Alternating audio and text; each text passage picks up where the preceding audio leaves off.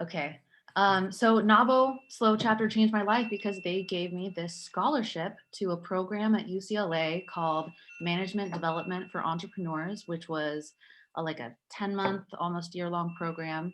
And it was sort of like a mini MBA. And it taught me, um, basically, the main thing that it taught me was the vocabulary that I needed to communicate with investors, to create pitch decks, and taught me how to read a balance sheet, and how to make executive decisions, and how to navigate the world of finances, especially, and tips in marketing and all kinds of things. And really, and the connections that I made there were unbelievable, as are the connections that I made in the local NAWBO chapter.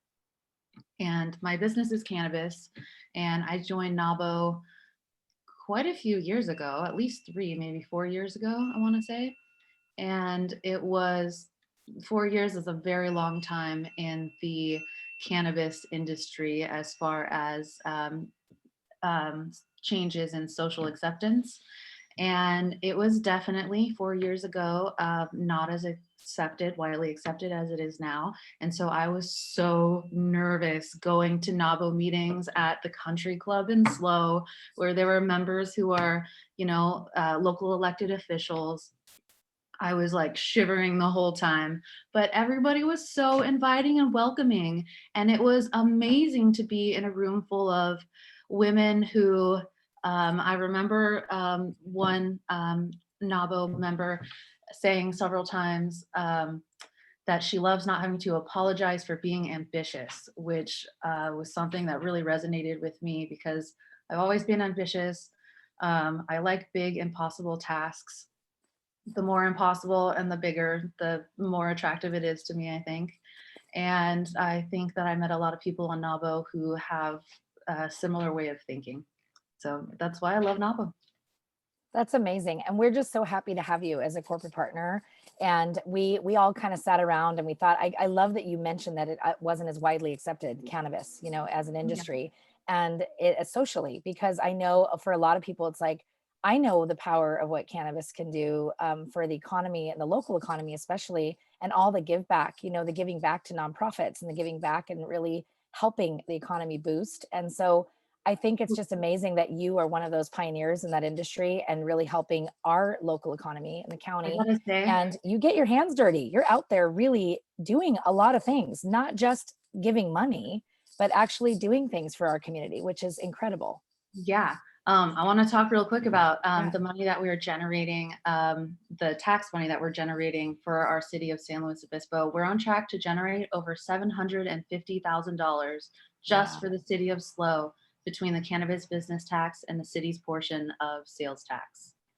That And is we also, amazing. we donate a minimum of $2,000 a month and a minimum of 40 company-sponsored employee service hours a month to organizations and efforts that benefit the residents of the city of SLO.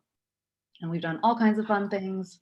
A community mural inside of 40 Prado, a community orchard at City Farm SLO, and creek cleanups and highway cleanups and all kinds of stuff. So that's the kind of stuff I wanted to highlight about you, Megan, is that it is a lot for you about building up that community and giving back to the community that you live in and reside in and work in and that you love. And it's an industry that you're able to thrive in, which we're very happy that you have done all these things and you are blazing a trail for other women in this, not only in this industry, but in business in general. And so we just appreciate your support and we love having you be a member of NAWBO. And we're just happy and thrilled that you have decided to join us as a corporate partner and really level up that involvement and take care. Is there anything you want to share with our membership that maybe they don't know about you or something that you're hoping for NAWBO that you want to see women business owners do or get out of this? Hmm.